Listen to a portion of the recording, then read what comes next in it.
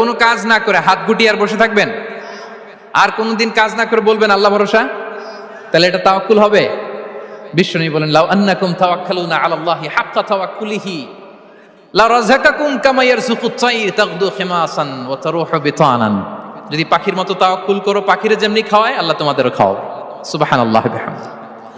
তাহলে তাকওয়া আল্লাহর পরে 2 নম্বরে পেলাম আত-তাওয়াক্কুল আলাল্লাহ। আমরা যদি আল্লাহর উপর তাওয়াক্কুল করতে পারি, আমাদের রিজিকে আসমানি বারাকা নেমে আসবে। 3 নাম্বার, অন টাইমে সালাত আদায় করা। যারা অন টাইমে সালাত আদায় করে, সালাত কায়েম করে, তাদের রিজিকের কোনো টেনশন নাই। বিশ্বাস হয় নাকি একটু সন্দেহ লাগে? সন্দেহ লাগে কারো? যারা অন টাইমে সালাত আদায় করে, তাদের কখনো রিজিকের কোনো ঘাটতি হবে না। আল্লাহ তাআলা বলছেন, ওয়া'মুর আহলাকা বিস-সালাতি ওয়াসতাবির আলাইহা লা নাসআলুকা রিজকা নাহনু নারযুকুক ওয়াল আকিবাতু লিত-তাকওয়া। নবী হে, আপনি আপনার ফ্যামিলি মেম্বারসদেরকে সালাতের ব্যাপারে আদেশ করুন, আপনি নিজেও সালাত আদায়ে অবিচল থাকুন। আমি তো আপনার কাছে রিজিক চাই নাই, আমি আল্লাহ রিজিক দেই, আমি তো রাজ্জাক। তার মানে সালাত যে আদায় করে তার রিজিকের কোনো টেনশন আর থাকে না। 3 নম্বরে গেল সালাত। 4 নম্বরে হচ্ছে ইস্তিগফার। বেশি বেশি ইস্তিগফার পড়া। কি পড়া? বেশি বেশি কি পড়া? ইস্তিগফার পড়া।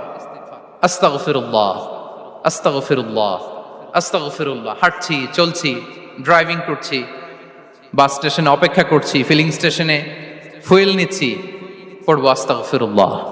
কি পড়বো? আস্তাগফিরুল্লাহ। যারা সব সময় আস্তাগফিরুল্লাহ পড়ে, তাদের রিজিকের কোনো টেনশন হয় না, রিজিক নিয়ে তাদের আর কোনো চিন্তা থাকে না। আল্লাহ নবী নূহ আলাইহিস সালাম, যিনি ওনার জাতিগোষ্ঠীকে বলেছিলেন, ফাকুলতু আস্তাগফিরু রাব্বাকুম ইন্নাহু কানা গাফফারা, তোমরা বেশি বেশি ইস্তিগফার পড়ো, তিনি ক্ষমাশীল। ইস্তিগফার পড়লে কি হবে? ইউরসিলিস সামা আলাইকুম মিদরারা, রহমতের বৃষ্টি বর্ষণ হবে, তোমাদের জমিগুলো উর্বর হবে। ওয়া ইউমদিদুকুম বিআমওয়ালি ওয়া বানিন, আল্লাহ তাআলা তোমাদেরকে সম্পদে বারাকা দিবেন, সন্তানে বারাকা দিবেন। ওয়া ইয়াজআল লাকুম জান্নাতিন ওয়া ইয়াজআল লাকুম আনহারা, তোমাদের ফসল ক্ষেতগুলো সবুজ শ্যামল হয়ে ভরপুর হবে, তোমাদের রিজিকে বারাকা নেমে আসবে। তাহলে আমরা যেন বেশি বেশি ইস্তিগফার করি। বিষ্ণু ঈসা ইসলাম বলেছেন, মান লাযামাল ইস্তিগফার জাআলাল্লাহু লাকুম মিন কুল্লি দিকিন মাখরাজা ওয়া মিন কুল্লি হাম্মিন ফারাজা ওয়া ইয়ারযুকহু মিন হাইসু লা ইয়াহতাসিব।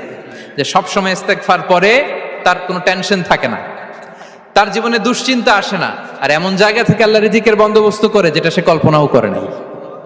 সুবহানাল্লাহ বিহামদি। আমরা যেন বেশি বেশি ইস্তিগফার করি।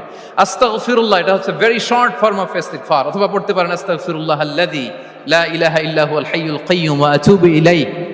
সাইয়্যিদুল ইস্তিগফার।